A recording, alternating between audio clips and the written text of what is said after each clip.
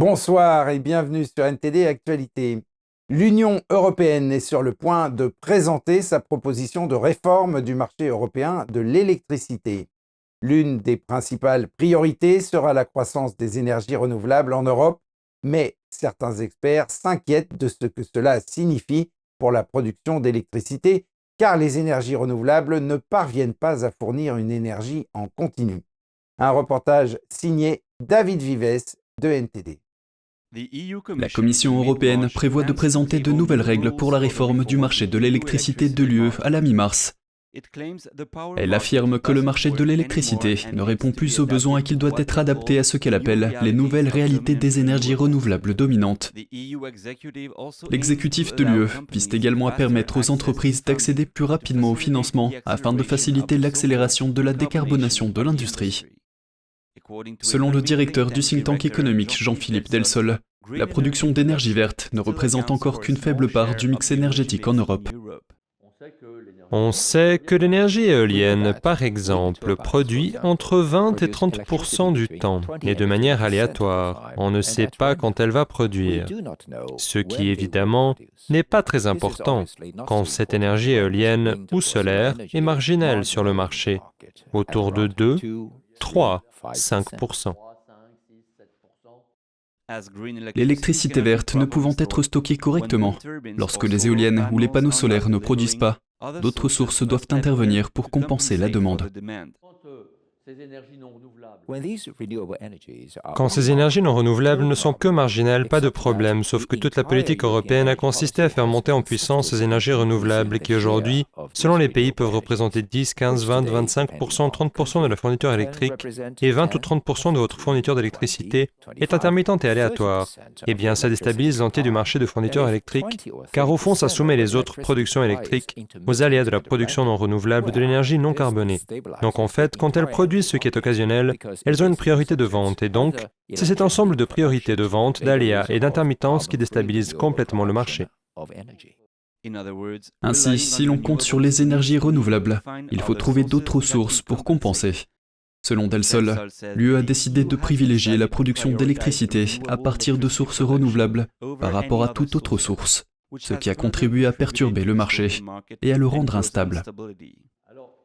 Alors, le vrai problème de l'Europe, c'est qu'elle est surtout soumise au diktat des écologistes. Les écologistes ont décrété qu'il fallait, à un terme relativement bref, avoir une énergie, des énergies entièrement décarbonées. En l'état actuel, les énergies entièrement décarbonées. Alors on peut considérer, moi je considère, que le nucléaire est la première source d'énergie vraiment décarbonée. L'énergie nucléaire représente 26% de la production d'énergie dans l'UE, avec 126 réacteurs nucléaires dans 14 pays. Certains pays ont l'intention d'augmenter la part du nucléaire dans leur mix énergétique. Le président Emmanuel Macron a annoncé la construction de 6 nouveaux réacteurs. David Vives, NTD News, Paris. Et la réforme majeure du marché européen de l'électricité a le soutien de la France et de l'Espagne, mais l'Allemagne, qui est considérée comme la pièce maîtresse du système électrique européen en raison de sa position géographique, fait pression pour que cette réforme soit reportée à 2024 après les élections européennes. Selon le vice-chancelier allemand Robert Habeck, il ne serait pas judicieux que des interventions majeures sur le marché de l'électricité aient lieu d'un seul coup. Il appelle la Commission à ralentir le processus de la réforme et propose une sécurisation du marché de l'énergie à court terme plutôt qu'une réforme en profondeur. La proposition de la Commission va dans ce sens, mais l'Allemagne ne souhaite pas contribuer concrètement au débat avant la proposition de la Commission en mars. Habeck a souligné à plusieurs reprises le rôle crucial de l'Allemagne dans le système électrique européen, ce qui laisse penser que le pays veut une réforme plus mesurée. En effet, Berlin estime qu'une réforme majeure ne devrait être envisagée qu'après les élections européennes de 2024. Pour cela, l'Allemagne a lancé son propre groupe de travail chargé de développer sa position sur la réforme. Le ministre allemand a ainsi établi un calendrier. Un rapport d'été présentant des résultats substantiels suivi d'un rapport d'hiver. Avant cela, l'Allemagne, le Danemark et d'autres pays ont envoyé une lettre commune à la Commission européenne pour la mettre en garde contre les objectifs trop ambitieux en matière de réforme du marché de l'électricité. Une réforme précipitée en temps de crise pourrait compromettre l'expansion des énergies renouvelables à plus long terme. Face à ces pressions, la Commission devra trouver un équilibre entre les différentes positions des États membres pour garantir une réforme efficace et équitable. Passons maintenant à l'Irlande. Le pays met fin à un programme de visa pour les investisseurs étrangers fortunés. Le programme a été populaire auprès des investisseurs chinois, mais l'Union européenne a demandé à l'Irlande de mettre fin à ce programme en raison des risques de sécurité. Dans le cadre de ce programme, les étrangers pouvaient s'installer en Irlande en investissant au moins 1 million d'euros ou en faisant don de plus de 500 000 euros à des causes philanthropiques. Les investisseurs et les membres de leur famille pouvaient demander la citoyenneté irlandaise après avoir vécu dans le pays pendant 5 ans. Le programme a généré plus de 1,2 milliard d'euros en plus d'une décennie. Sur les 1300 demandes déposées l'année dernière, plus de 1200 provenaient de Chine. Cependant, le ministre irlandais de la Justice a annoncé cette semaine que le pays allait mettre fin au programme. Il a déclaré que le pays avait pris en considération les conclusions d'études menées par l'Union européenne selon lesquelles ces programmes posaient des risques pour la sécurité. Et des membres du Congrès américain lancent une enquête sur les vaccins Covid-19. Une sous-commission de la Chambre des représentants va se pencher sur le développement des vaccins, leur processus d'approbation, leurs effets secondaires, ainsi que d'autres questions. Le sous-comité de la Chambre américaine des représentants sur la pandémie de coronavirus va enquêter sur les vaccins Covid-19, notamment sur les effets secondaires possibles, le processus réglementaire d'autorisation et d'approbation des vaccins, ainsi que la raison pour laquelle les vaccins ont été mandatés. Le président du sous-comité, Brad Wenstrup, a déclaré à NTD que les membres sont préoccupés par les rapports sur les effets secondaires des vaccins. Nous sommes inquiets à ce sujet et nous nous demandons comment les données sont collectées et rapportées. Les vaccins étaient initialement autorisés pour utilisation d'urgence. Nous comprenions un peu qui étaient les populations à haut risque et les comorbidités qui pouvaient exister, mais quels sont certains de leurs effets indésirables et recueillons-nous les données avec précision? L'un des objectifs de la Commission est de s'assurer que le pays est préparé aux futures pandémies. L'un des membres du comité, la députée Mariannette Miller-Mix, a déclaré, je cite, « Pour ce faire, nous devons avoir une transparence totale dans la recherche sur les vaccins, les essais cliniques et les effets indésirables, ainsi que la fabrication. » Un autre membre, le député Rich McCormick, s'est dit préoccupé par la façon dont le vaccin a été encouragé pour des enfants âgés de 6 mois seulement. La députée Nicole Maliotakis a déclaré que les gens méritent de connaître la sécurité et l'efficacité à long terme du vaccin. Outre l'enquête sur les vaccins, le panel contrôlé par les républicains étudie également d'autres aspects de la pandémie. Il s'agit notamment des origines du virus, de l'implication des États-Unis dans le laboratoire de Wuhan et de la réponse du gouvernement à la pandémie. Et les États-Unis prennent des mesures pour décourager Hollywood de se plier aux exigences de Pékin. Une disposition d'une loi de défense nationale américaine stipule que si les studios se conforment à la censure de Pékin, ils ne pourront pas recevoir de financement du Pentagone. La loi a été promulguée. Plus précisément, la règle s'appliquera aux studios qui demandent l'approbation préalable de Pékin pour leurs projets de films ou de séries télévisées, en particulier lorsqu'un studio modifie son contenu à la demande du Parti communiste. Le journal Deadline Hollywood a été le premier à faire état de cette décision. Dans certains cas, le Pentagone aide les projets de films en fournissant des équipements militaires et des conseils techniques. Par exemple, dans le film à succès Top Gun Maverick, la flotte de chasseurs F-18 a été empruntée au Pentagone. La Chine est l'un des plus grands marchés cinématographiques au monde. Et Hollywood a une longue tradition de respect des règles de Pékin. Un exemple de cette autocensure est le film à succès du studio Marvel Doctor Strange.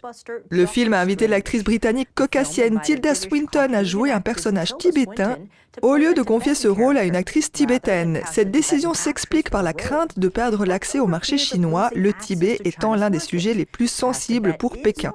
Pour en revenir à la disposition de la loi sur la défense, elle s'aligne sur une autre mesure que le sénateur Ted Cruz a présentée en 2020.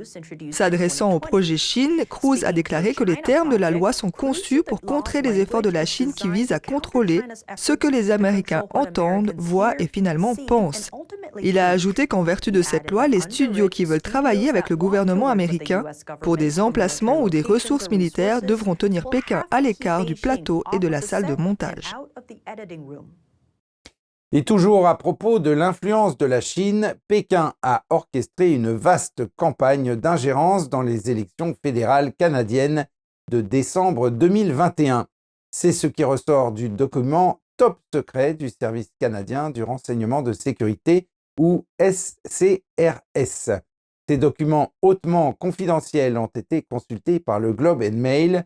Les documents décrivent également comment le régime chinois s'y prend pour exercer une influence sur les politiciens, les fonctionnaires et les dirigeants d'entreprises dans le monde entier.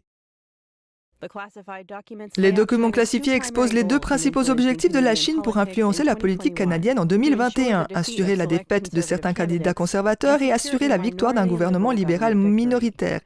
La stratégie du régime chinois comprend des dons en espèces aux candidats, des campagnes de désinformation et la création d'emplois pour les étudiants internationaux chinois. Les étudiants seraient ensuite censés se porter volontaires pour les campagnes de certains candidats libéraux. Les documents décrivent également des tactiques telles que la corruption, le chantage et la séduction, des méthodes utilisées pour gagner en influence sur les politiciens, les fonctionnaires et les dirigeants d'entreprises. Les documents révèlent en outre que Pékin ordonne à ses consulats, à ses bureaux de visa et à la banque d'État Bank of China de les avertir de tout Canadien de premier plan prévoyant de se rendre en Chine. Le Premier ministre canadien Justin Trudeau a reconnu que la Chine avait tenté d'interférer dans les élections canadiennes. Mais il a nié qu'elle ait pu affecter le déroulement ou les résultats des élections de 2019 ou de 2021. Les Canadiens peuvent avoir une confiance totale dans le fait que les résultats des élections de 2019 et de 2021 ont été déterminés par les Canadiens et uniquement par les Canadiens dans l'isoloir. Trudeau dit qu'il s'attend à ce que le SCRS trouve les dénonciateurs. Les documents montrent que les campagnes d'ingérence électorale de la Chine ciblent également les Canadiens d'origine chinoise. Le député conservateur Kenny Xu a perdu sa tentative de réélection en 2021 face à un libéral. Il affirme que la campagne de désinformation de la Chine à son encontre a fonctionné. La députée conservatrice Aling Wong a également été battue par un libéral en 2021. Le rapport du SCRS pour 2021 indique que les campagnes politiques remboursent illégalement les donateurs. Cela se fait en remboursant la différence entre les dons initiaux et le crédit d'impôt du gouvernement. Victor Ho, ancien rédacteur en chef du journal Tsingtao Daily, affirme que même s'il a vu la Chine s'ingérer dans la politique canadienne pendant des années, les efforts ont été beaucoup plus prononcés en 2021 et que le SCRS aurait dû avertir les Canadiens avant les élections. Une marque de bicyclette de l'ère soviétique, autrefois emblématique, est en train de renaître en Russie. Cette initiative intervient alors que le président Poutine affirme que l'économie russe n'a pas souffert des sanctions occidentales. On regarde. Une usine russe a fait revivre l'une des marques de vélo les plus populaires de l'Union soviétique, après l'avoir laissée dans l'ombre pendant des décennies. Il s'agit du dernier produit fabriqué en Russie à être mis en vente, Moscou privilégiant la production nationale aux importations occidentales.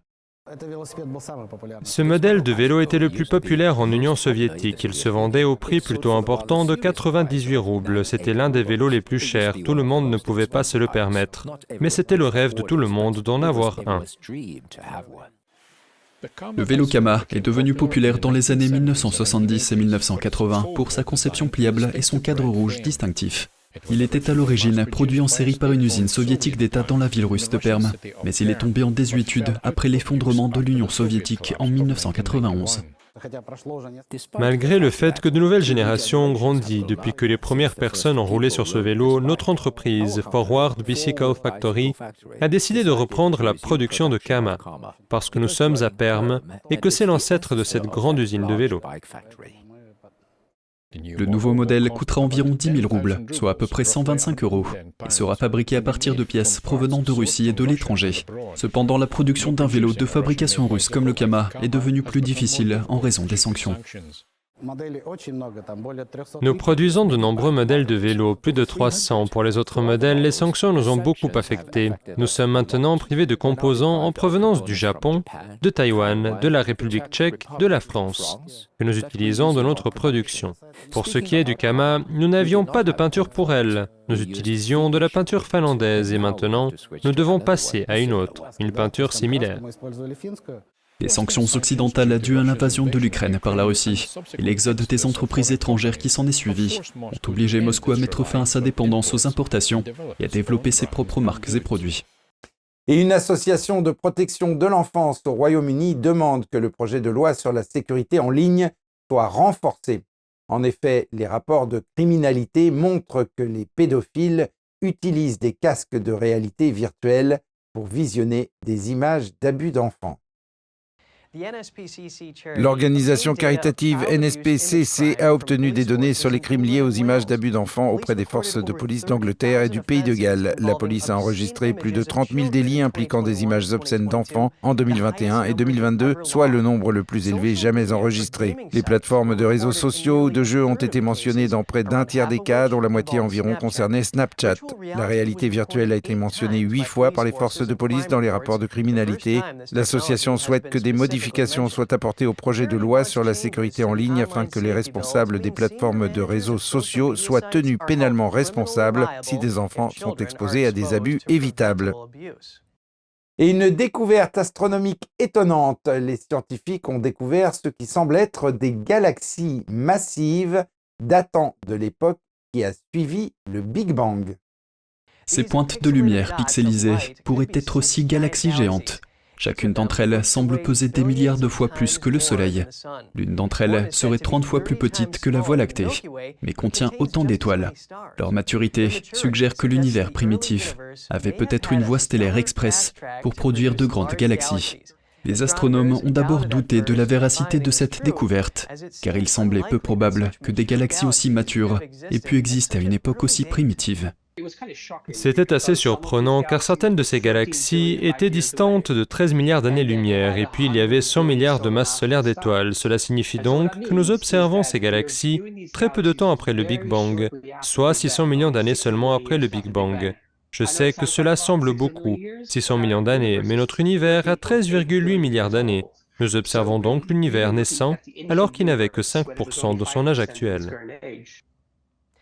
Les chercheurs attendent une confirmation formelle par spectroscopie à haute sensibilité. Les dernières observations font partie des premières données recueillies par le télescope spatial James Webb. Webb est considéré comme le successeur du télescope spatial Hubble, mais en comparaison à Hubble, il est plus grand et plus puissant. Les danseurs et musiciens de la compagnie de danse classique chinoise Shenyun se sont produits au Palais des Congrès de Paris la semaine dernière et ont fait salle comble à toutes les séances. Vous allez l'entendre, les légendes et les traditions du spectacle, empreintes de spiritualité, ont enchanté le public et ont inspiré à certains une réflexion sur des valeurs essentielles telles que la paix et la compassion.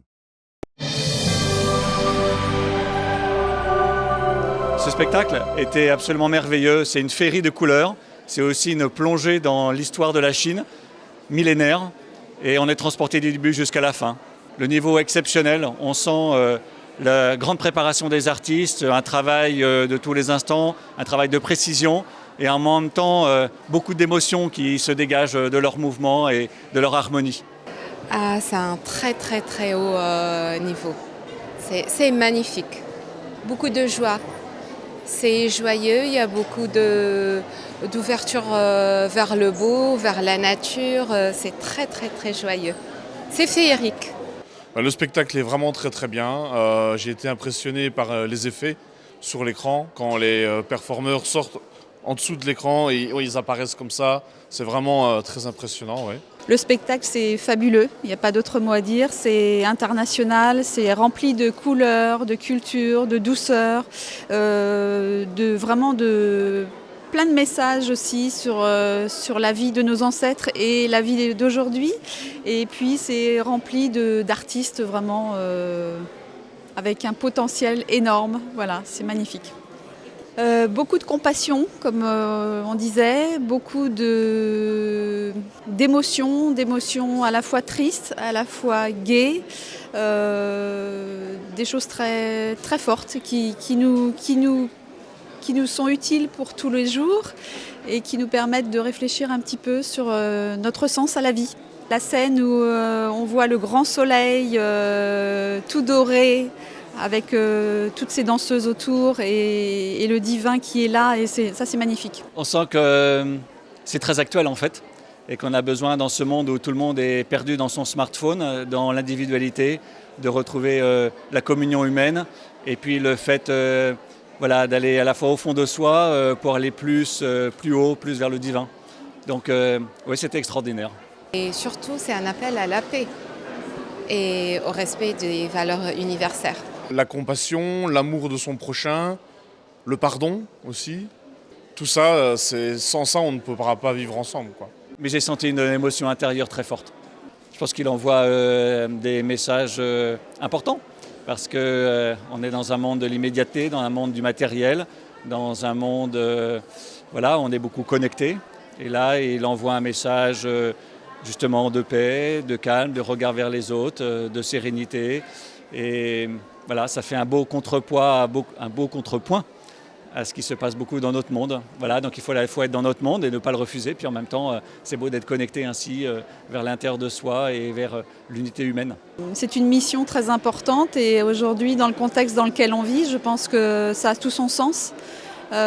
Puisqu'on vit sur une planète qui est en plein bouillonnement de partout et je pense que ça permet de rassembler tout le monde de toute culture et de tout genre et pour moi c'est un message de paix et puis d'espoir. Ça me ramène sur quelque chose du style où il faut, quoi qu'il arrive dans la vie, il faut toujours avoir espoir et aller de l'avant et il y a toujours une force intérieure qui vous permet de tenir. Depuis le Palais des Congrès de Paris, NTD Actualité. Et la compagnie Shenyun continue à sillonner la France puisqu'elle était à Nantes en début de semaine et ce soir, les artistes jouent à Aix-en-Provence où ils se produiront pendant 6 jours. La tournée de Shenyun en France s'achèvera le 6 mai prochain et c'est la fin de ce journal. Merci de l'avoir suivi. On se retrouve lundi à 20h pour une nouvelle édition et d'ici là, je vous souhaite à toutes et à tous et au nom de toute l'équipe un excellent week-end et une très bonne soirée sur NTD.